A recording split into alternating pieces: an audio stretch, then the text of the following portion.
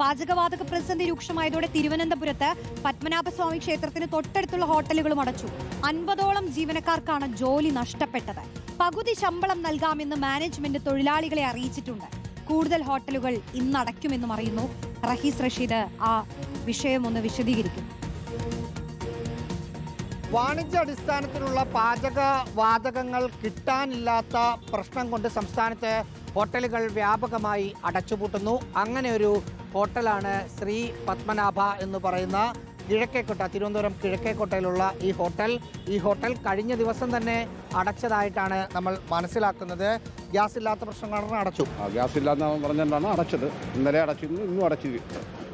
Gas രാവിലെ കിട്ടാറില്ലെന്ന് പറഞ്ഞുകൊണ്ട് അവരടച്ചു. രാവിലെ നിങ്ങളൊക്കെ ചായ കുടിക്കാൻ വരുന്നൊരു കടയായിരിക്കുമല്ലോ. സാധാരണ ചിലപ്പോൾ ചായ കുടിക്കാനൊക്കെ വരുന്ന കടകളാണ്. ഇനി അപ്പുറത്തെ കടകളിലേക്ക് പോകാമെന്ന് വിചാരിച്ചാൽ അതും അടുത്ത ദിവസം തൊട്ട് അപ്പുറത്തെ കടകളിൽ ഗണപതിഭവൻ്റെ ഫ്രണ്ടിൽ മൂലയിൽ ഇവിടുത്തെ ക്യാൻറ്റീൻ, അതായത് നമ്മളെ ഹോമിയോയിലെ ക്യാൻറ്റീൻ എല്ലാം അടച്ചിട്ടിരിക്കുക.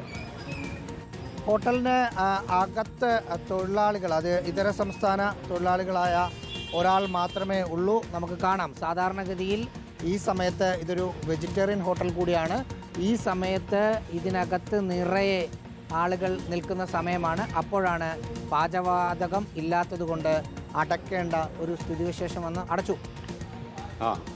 ഗ്യാസില്ലാതെ കൊണ്ട് കട അടച്ചു. 2 ദിവസമായി തുറന്നില്ല. ഗ്യാസ് എപ്പോൾ കിട്ടുമെന്ന് വല്ലോ മുതലാളി വല്ലതും പറഞ്ഞോ? അല്ല, അതിൽ ഉറപ്പൊന്നും പറഞ്ഞില്ല. നിങ്ങളിവിടെ എത്ര പണിക്കാരുണ്ട്? 50 പേരുണ്ട്. അപ്പോൾ അവരൊക്കെ ഇപ്പോൾ എന്താ ചെയ്യുന്നത്? പണിയില്ലാതെ വീട്ടിലിരിക്കുന്നു, റൂമിലിരിക്കുന്നു. ഇവർ തന്നെയാണോ അക്കോമഡേഷനൊക്കെ തരുന്നത്? അതെ.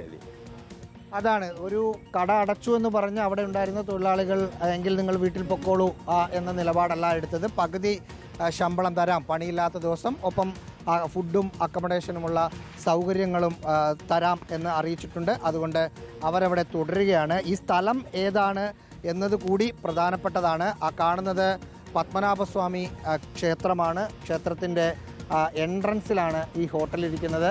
സാധാരണഗതിയിൽ ആളുകൾ ഈ പത്മനാഭസ്വാമി ക്ഷേത്രത്തിലേക്ക് വരുന്ന ആളുകൾക്ക് ഏറ്റവും ആദ്യം ആക്സസ് ചെയ്യാൻ പറ്റുന്ന ഒരു കടയായിരുന്നു ഈ ശ്രീ പത്മനാഭ.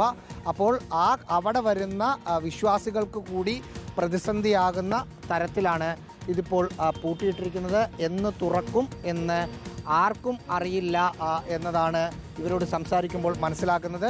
ഇത് തിരുവനന്തപുരം നഗരത്തിലെ ഒരു കട മാത്രമാണ്. ഇതിനപ്പുറത്തൊക്കെ പല കടകളും അടച്ചു എന്ന വിവരം നമുക്ക് ലഭിക്കുന്നുമുണ്ട്.